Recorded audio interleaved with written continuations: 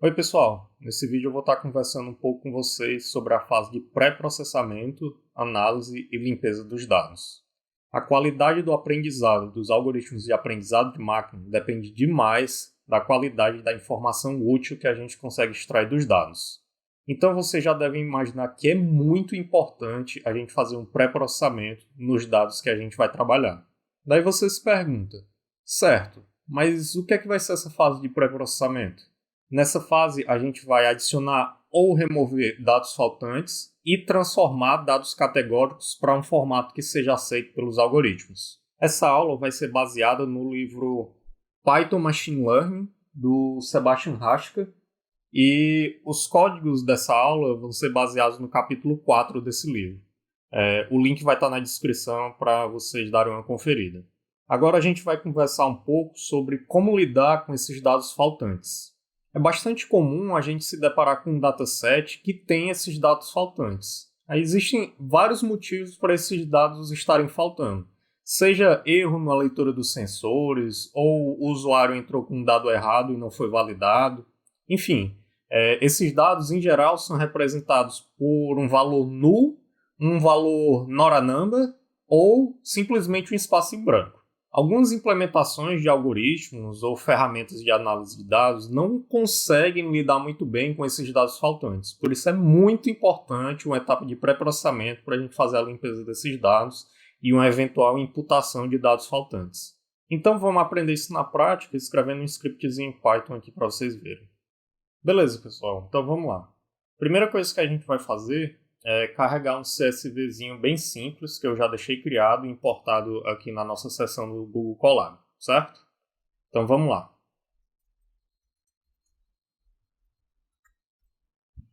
Beleza, dataset bem simples. Mas se a gente tivesse milhões de linhas nesse dataset, como é que a gente ia fazer para saber se esse dataset tem dado faltando ou não? E se tiver dado faltando, como é que a gente contabiliza a quantidade de dados faltantes, só para ver o tamanho do estrago? O método isNull vai retornar para a gente um data frame cheio de células true ou false. True se tiver um dado faltante naquela célula e false se não. Depois disso, basta a gente chamar o método sum, que ele vai retornar para a gente a quantidade de trues em uma coluna, ou seja, a quantidade de dados faltantes para cada uma das features que a gente tem no nosso data frame. Então vamos lá. Aqui vocês podem ver que a coluna A e B não tem dado faltante, mas a coluna C e D tem. Uma forma bem fácil da gente lidar com dados faltantes é basicamente eliminar o padrão ou a feature que possui um dado faltante. A gente consegue fazer isso rapidinho com o método dropNar. Para eliminar as linhas, a gente usa o parâmetro axis igual a 0. Então a gente pode fazer. Pronto, eliminamos as linhas 1 e 2. Se a gente quiser eliminar as colunas que possuem valores faltantes, basta a gente trocar o axis para o valor 1. Outro argumento interessante do dropNar é o parâmetro how. Se a gente setar ele para all, ele só vai dropar uma coluna se todos os valores daquela coluna estiverem faltando. Então, por exemplo, repare que nesse data frame não foi dropado nenhuma linha nem uma coluna, porque em nenhum caso todos os valores são none. O argumento trash vai eliminar uma linha que possui menos do que um certo valor de números reais. Repare que ele eliminou as linhas 1 e 2, porque eles têm 3 valores reais, ou seja, menos do que 4. E o argumento subset vai eliminar apenas as linhas das colunas que a gente informar. Repare que ele tirou a linha 1 apenas da coluna C. Então, eu acho que todos concordam que eliminar uma linha inteira ou uma coluna inteira por causa de um ou dois valores none ou null ou até mesmo vazios é um pouco brusco demais. Ao invés de dropar essas linhas ou colunas, a gente pode utilizar algumas técnicas de interpolação para preencher esses valores. Uma técnica muito comum de imputação é a imputação por média. Basicamente, a gente vai pegar a média da coluna inteira e colocar naquela célula que está faltando. A gente vai usar agora a classe Simple Imputer do scikit-learn.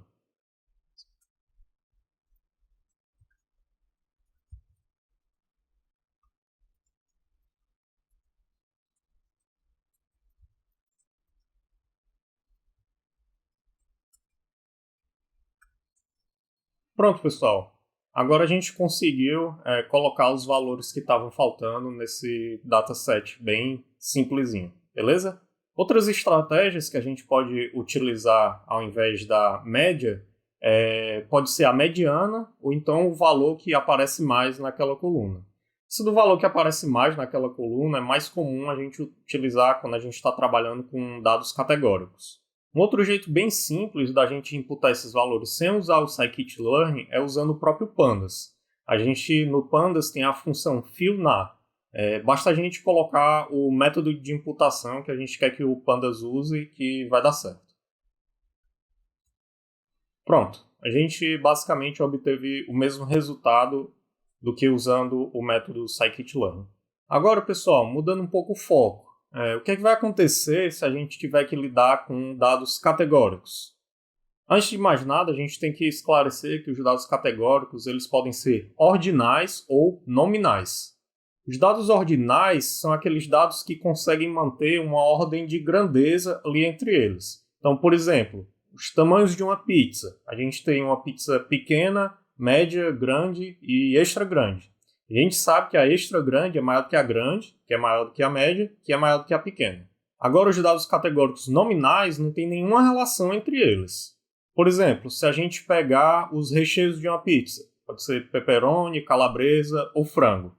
Certo, mas calabresa é melhor ou pior do que pepperoni? É maior ou menor do que frango? Não dá pra gente saber. Então eu criei outro CSVzinho aqui para a gente fazer alguns testes.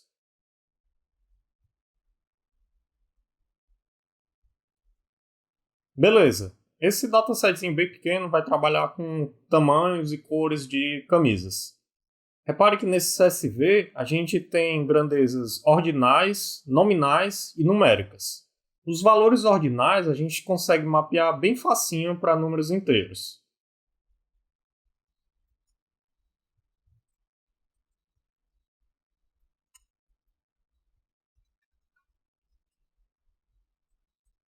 Beleza, pessoal. Aqui vocês estão vendo que a gente conseguiu fazer esse mapeamento corretamente.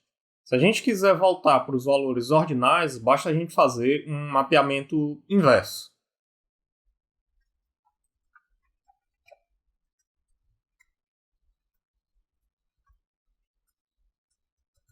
Pronto, como vocês estão vendo, a gente conseguiu voltar para os valores ordinais.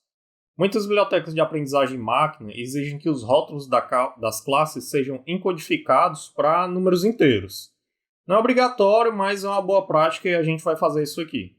Repare que no conjunto de dados das camisas, nós temos todos como strings. A gente vai fazer um mapeamento muito parecido com o anterior. Então, primeiro a gente cria o mapeamento.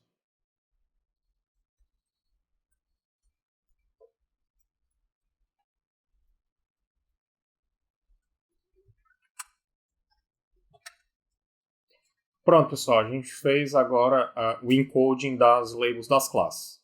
Agora a gente aplica o mapeamento propriamente dito no conjunto das classes.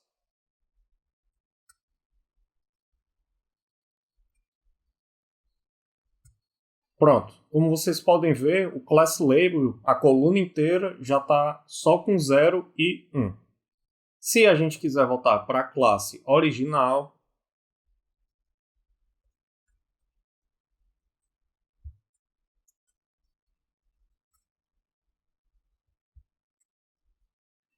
pronto. Como vocês podem ver, a gente voltou para as classes originais. Para facilitar a nossa vida, o scikit-learn possui uma classe chamada Label Encoder, que vai ajudar a gente nesse processo.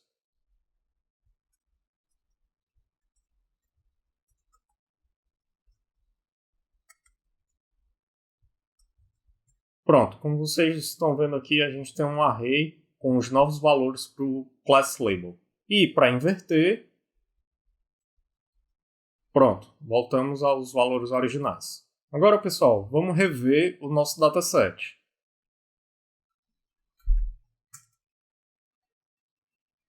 Faria sentido a gente aplicar o mesmo mapeamento que a gente aplicou na feature size, que é ordinal.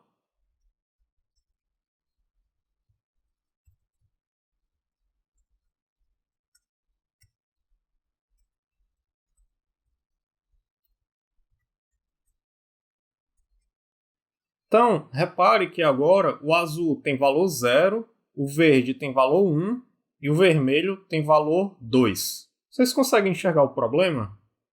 Basicamente, o algoritmo de aprendizado de máquina vai achar que pelo vermelho tem um valor 2, ele vai ser melhor ou maior do que o verde, que tem valor 1, ou do que o azul, que tem valor 0. O que a gente pode fazer é usar uma técnica chamada one-hot encoding.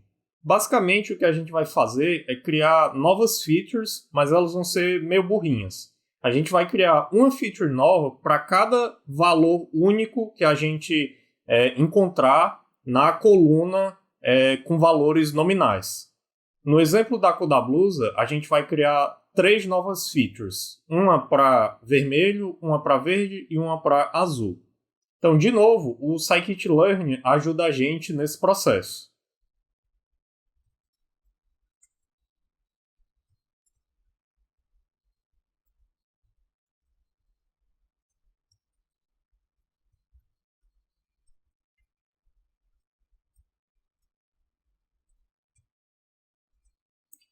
Beleza, pessoal. Essas são as nossas novas features, um para cada cor das nossas blusas: verde, vermelho e azul. Mas a gente tem ainda uma forma mais fácil de encontrar essas features meio burrinhas, que é usando o método getDummies do Pandas. Se a gente usar esse método no DataFrame inteiro, ele vai escolher apenas as features que têm valores em formato de texto.